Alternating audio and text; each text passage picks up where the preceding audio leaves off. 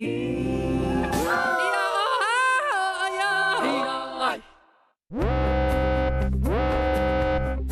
responds to Taiwan's new president with massive military drills. The KMT hits back after protests over controversial bills. Taiwan's relationship with its last European ally could be on the ropes. Plus, a top gymnast shows off his skills in the run-up to the Paris Olympics.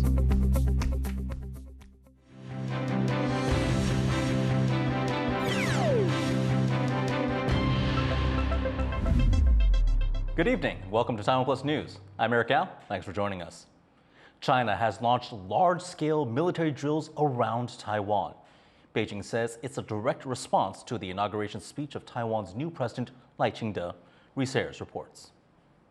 Surrounded on all sides, the largest Chinese military drills in over a year are taking place around Taiwan. And for the first time, a simulation of a full-scale attack. All as punishment, China says, for Taiwan's increasing efforts to pursue independence. 这也是对台独分裂势力谋独行径的有力惩戒，对外部势力干涉挑衅的严重警告。 The drills, taking place for 2 days over May 23rd and 24th, are happening all around Taiwan, smashing through the country's air defense identification zone and barely stopping short of entering Taiwan's own territorial waters, where Taiwan's Coast Guard is already encountering Chinese vessels. 你的行动将严重破坏台海区域和平、稳定及安全。如执意进入我24海里临街区，我方将采取驱离行动。 Beijing says the exercises, called the Joint Sword 2024A drills, will test their military's readiness for war. And, in another first, the drills will target Taiwan's outlying islands, including Jinmen and Matsu, just kilometers off the coast of China, important forward military posts for Taiwan. Taiwan's defense ministry is accusing China of irrational provocation. PRC's dispatch of aircraft and vessels harassing its neighbors in recent years has threatened global peace and stability. Their military exercise is not helping with the situation around Taiwan Strait. Taiwan's military has dispatched air, land and naval units, as well as missile defense systems. Coming just days after President Lai Ching-te took office, Beijing says the drills are a direct response to Lai's inauguration speech, which they say was extremely harmful and a complete confession of Taiwan independence. 中华民国与中华人民共和国互不隶属。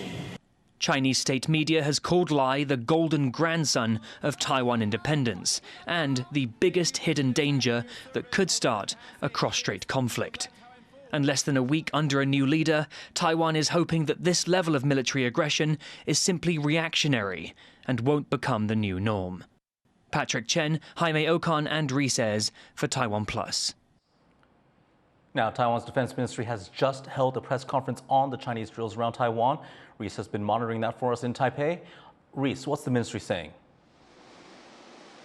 Well, they're reporting more than 40 Chinese warplanes around Taiwan, 15 Navy ships and 16 Coast Guard. That's the most that we've seen in almost a year and basically amounts to a simulated blockade of Taiwan, though we're yet to see any live firing.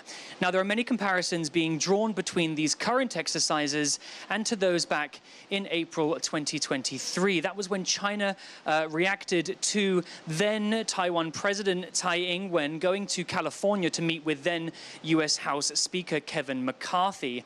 The drills even have the same name, the Joint Sword drills. But at the heart of all of this, really, it's China practicing cutting off Taiwan from the rest of the world and simulating blockades. Many of the drill zones are close to Taiwan's major ports and airfields and to key waterways. Now, those could be used by countries like Japan and the US trying to provide aid to Taiwan in the event of a conflict. Now, in the 12 months since those blockades, we've seen China having amphibious assaults and counter-intervention operations, practicing those. China spends more than 12 times as much as Taiwan on its military and boasts the largest navy in the world. Going back slightly further to 2022, when then US House Speaker Nancy Pelosi visited Taiwan, China's drill zones during those exercises actually crossed Taiwan's territorial borders. That's something that we haven't seen with these current exercises, but only half a day into these two-day programs, and with the drills being ominously named Joint Sword 2024A, there are real concerns that this could be just the beginning of a series of large-scale events. Thank you for that, Reese. That was Reese Ayers reporting from Taipei on the Chinese military drills surrounding the country. Disagreements in the legislature continue to simmer, and with more votes on controversial reforms scheduled for Friday, the main opposition Kuomintang is hitting back at criticism following large protests earlier this week. Sally Henson went to see what the party has to say. Taiwan's main opposition party, the Kuomintang or KMT, has hit back at accusations of opaqueness in the legislature. The biggest lie in recently situation is the legislative process is opaque. Expecting the world to play along with this charade is absurd. Speaking to foreign press, the KMT condemned the actions of the ruling Democratic Progressive Party, or DPP, following brawls in the legislature that triggered public protests. Accusing the DPP of violence and intimidation, there were also more serious accusations from legislator Chen Qinghui, who accused a DPP legislator of sexually assaulting her in the scuffle. This DPP harassment and abuse from the ruling party legislator has severely damaged our nation's international reputation.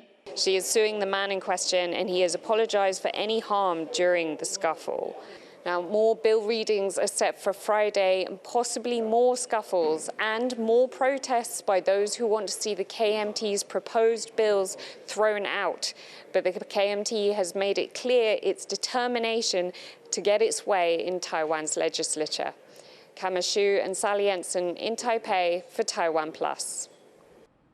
The Foreign Ministry is downplaying concerns that Taiwan's relations with its last diplomatic ally in Europe are in danger, after the Vatican said that it wants to open a permanent office in China.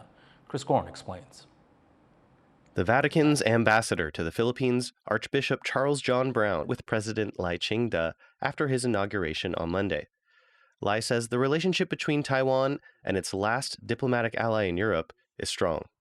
这几年来，台湾和梵蒂冈持续透过各层级的相互访问，增进彼此的情谊。 However, on the same day, Vatican officials said they wanted to open a permanent office in China. The move would signal a massive upgrade in the historically difficult relationship between China and the Holy See. And China, for its part, expressed openness to furthering ties. 我们愿同梵方共同努力，推动中梵关系不断改善。 With relations between the Vatican and China improving, some in Taiwan have worried that they might lose yet another diplomatic ally. When Lai Ching-te's predecessor Tsai Ing-wen took office 8 years ago, Taiwan had official diplomatic relations with 22 countries. And as Lai's term begins, that number is now just 12, and the Vatican is Taiwan's sole remaining ally in Europe. But for the moment, current and former diplomatic staff say there's no need to worry.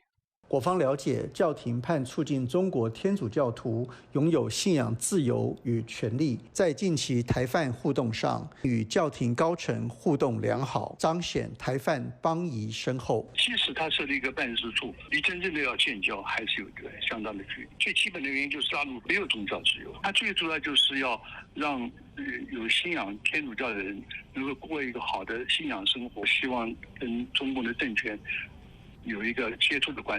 Religious freedom groups like ACN International say the prospects for improved religious freedom in China remain poor.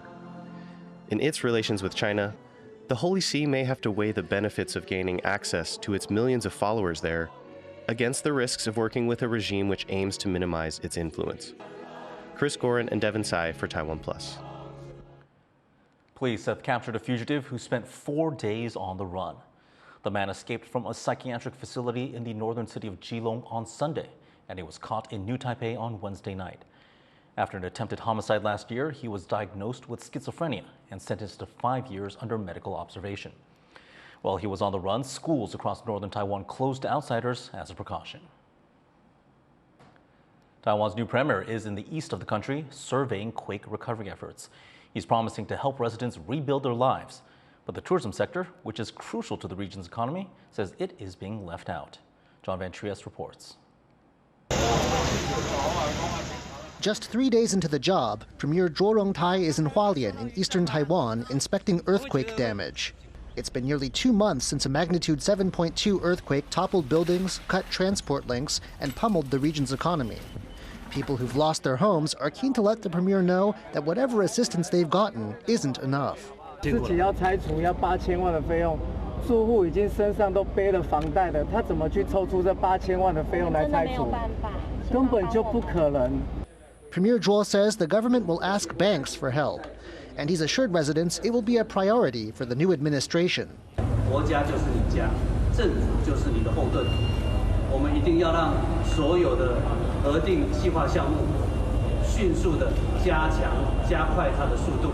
But not everyone is reassured. The earthquake has been catastrophic for hotels, a mainstay of the economy in this scenic region. Some are destroyed, and those that have survived have seen bookings plummet as tourists are scared off. Aftershocks continue, including a magnitude 5.2 tremor that hit during the premier's visit. But unlike private homes, hotels can't get financial help to pay for costly structural inspections. 很多都建议是希望能够中央是不是可以专案来协助这些旅馆或饭店业者来做一个耐震评估，好，那也能够补助了，好，让他们知道说这个饭店的状况，好，可以做进一步的修缮跟补强。 都是一笔不小的支出，我们是希望在推动这些耐震的详细评估以及建筑物的建物补强的时候呢，从地方到中央都可以给予我们，比如说经费上面的支援，或者是一些技术上面协助的支援。 Ensuring a smooth recovery for Hualien is one of Lai Ching-te's first tests as president. Although his premier says it will be a major focus of the administration, Hualien's tourism industry expects more than it's seen so far. Ethan Pan and John Van Trieste for TaiwanPlus.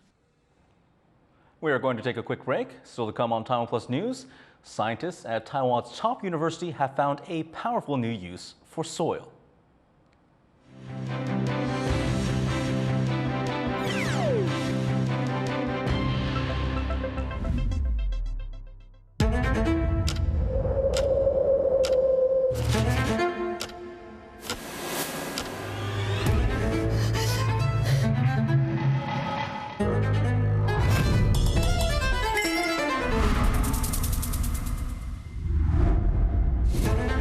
过人生的话，你发现说，我们大部分都是爱美的。我自己少遇见一朵花，我可能就不是这个样子。开始思考什么叫做一个本土性。大声的唱出来说我是台湾人。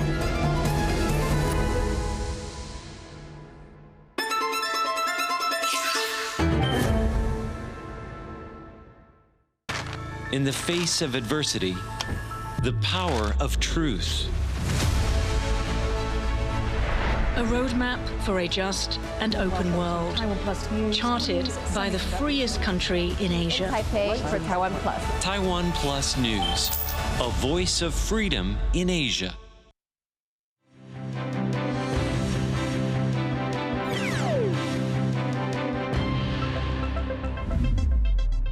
Welcome back. You're watching TaiwanPlus News. Scientists here in Taiwan say they've developed a way to produce electricity from soil. Maddie Anstruther has the story. Phones, TV remotes, and smartwatches, just some of the many items that could soon be powered by soil. That's because scientists at Taiwan's top university have managed to harness electric power from microorganisms found naturally in back gardens across the globe, turning soil into the batteries of tomorrow. 在消耗它本身要生存消耗碳的时候，那把碳的化学能给释放出来，好，在释放的过程当中呢，它会释放出电子。那我们如果有效的接受这个电子的话，就会形成电池。The system they have designed captures freed electrons, which carry a negative charge, to produce an electrical current. It is a naturally occurring reaction, meaning no additional chemicals are needed. The team hopes this means soil could make a more sustainable alternative to conventional batteries.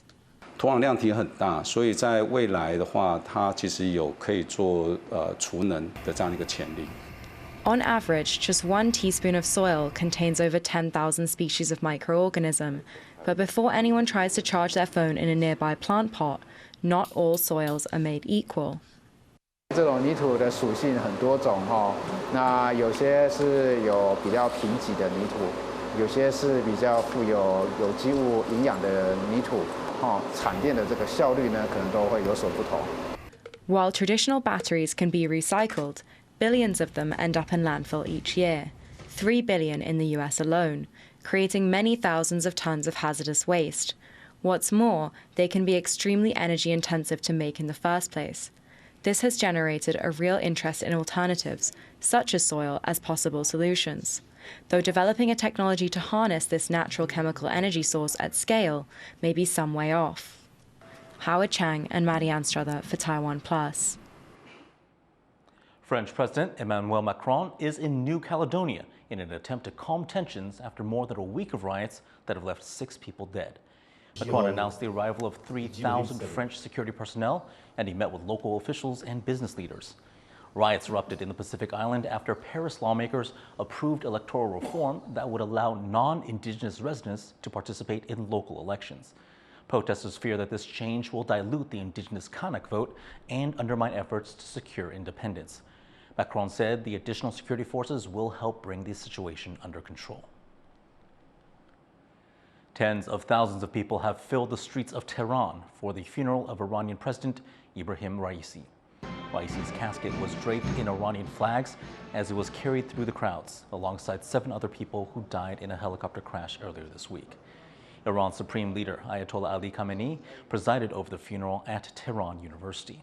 The funeral was attended by top leaders of Iran's Revolutionary Guard, as well as representatives from dozens of countries. Elections for a new president are set for June 28th. Climate change could pose a greater health risk than originally thought. That's according to a new study linking high heat to increased rates of kidney disease. 假设过去9个月的平均温度假设上升1度，那这些人他们罹患非传统原因慢性肾脏病的危险性就会增加22%。The National Taiwan University study shows rising temperatures put diabetes patients at higher risk of chronic kidney disease. This is because people with diabetes have trouble regulating their body temperature and their core temperatures rise faster. This can cause dehydration and lead to kidney damage. Taiwan already has one of the highest rates of people needing kidney dialysis in the world. 62 children, including a baby, are suing the South Korean government for violating their human rights. Hero Hughes reports on the groundbreaking climate lawsuit against Seoul. 17-month-old Choi Hee-woo, still learning to walk, is one of the world's youngest ever plaintiffs in a groundbreaking climate lawsuit.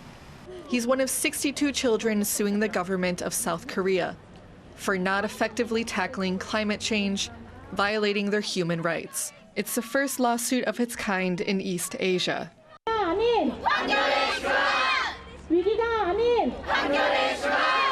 Represented by his mother, Choi joined the case as an embryo before he even had a proper name. His parents called him Woodpecker, which then became the title of the lawsuit. His mother, worried for the planet's future, decided to take legal action. 이렇게 아름다운 봄날을 다시 즐기지 못한다면 아이들한테 너무너무 미안한 일이지만 우리가 막아내지 못한다면 너무나 미안한 일이 되겠지만 어쨌든 오늘 이 순간 하루하루를 좀 소중하게 생각하고 살아가는 것이 필요할 것 같다는 생각을 합니다. In 2021, South Korea's commitment to reduce carbon emissions was enshrined into law, setting a concrete target and establishing a framework for achieving it. 290 million tons by 2030, and net zero emissions by 2050.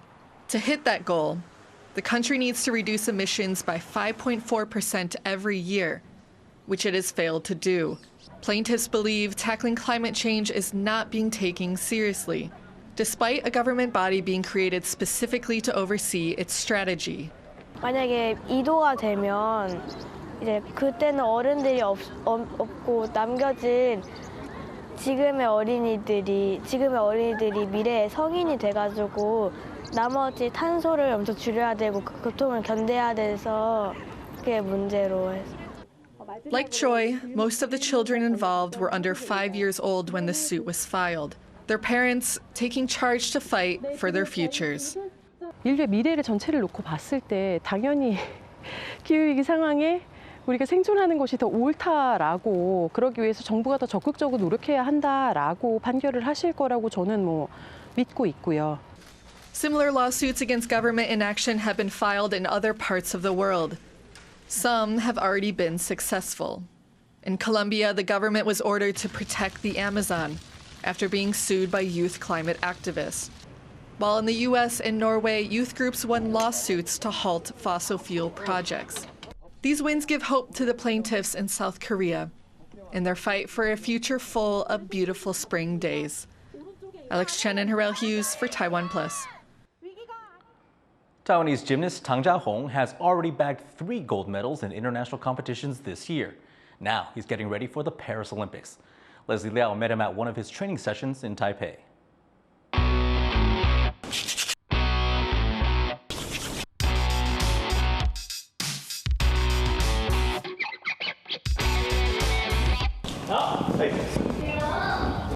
Swinging from a horizontal bar, flipping, turning, and performing stunts midair is already hard enough. But to be one of the best at it in the entire world is another thing entirely. 我是唐家宏，那我是台湾体操单杠选手，那我的绰号是猫王。Dexterous, agile, and with cat-like precision. That's how Tang Jiahong gets his nickname. He's a world-class gymnast. 国际上它的单杠呼声特别高，就是因为它的整套编排变化性最大，就是嘉宏。Tang is a gold medalist at both the Asian Games and the Summer Universiade. But now he has his sights set on the Paris 2024 Olympics. He's qualified for the Games and he's raring to go. 也就是我希望可以把平常就是在家里训练的整套实力可以呈现给全世界看，然后也让全世界知道说台湾有一个很顶尖的单杠选手。Tang has dedicated his career in part to showing Taiwan to the world. 也希望大家可以借由我认识到台湾，认识到台湾体操。那台湾是一个非常好的地方。Tang's journey began when he was in kindergarten. He was diagnosed with mild ADHD, and his father turned him to gymnastics as an outlet. 体操一直以来都是我快乐的一个根源。从小开始接触体操跟训练，其实都是可能体操带给我的快乐，训练新动作啊。那从失败中学习。老师，我觉得可以先不要接，就是反正就练爬。Tang has been a gymnast his entire life and has excelled at it, but his impressive feats came at a price. By the time he got into college, he'd had elbow surgery 3 times. He's also gone under the knife for wrist and Achilles tendon injuries. 刚开始面对受伤或者是开刀，其实真的是心里会害怕，会怕回不到场上，或者是真的觉得自己不行了，或者怎么样。但是我觉得对于体操热爱的初衷，我觉得这是让我坚持下来的动力。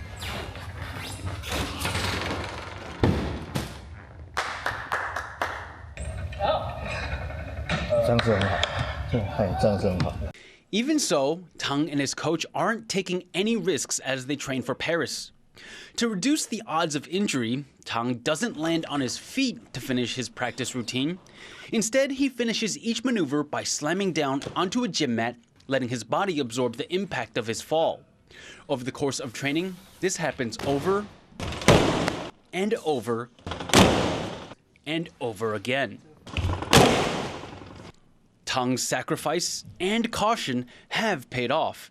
He's already won 3 gold medals at the International Gymnastics Federation's World Cup events so far this year. He and his coach hope to carry this momentum all the way to the top of the Olympic podium. 其实，在以赛代训的这种训练模式下，其实对于我身体实力，包括身体机能、整个能力提升的方面，有很大的经验值加倍这样子。His coach has full faith in him. 以冠军为主下去锁定了，那看现在到底缺什么，就赶快补，因为他潜力我觉得是很够。到时候希望决赛票要买。Tang Jiahong can pull his body weight into the air like it weighs nothing. He makes it look so effortless. But as is the case with Tang, nothing is as easy as it seems. Behind his success is a relentless desire to win at the highest level. And he'll do what it takes to get there, diving face first into his challenges. Howard Zhang and Leslie Liao for TaiwanPlus.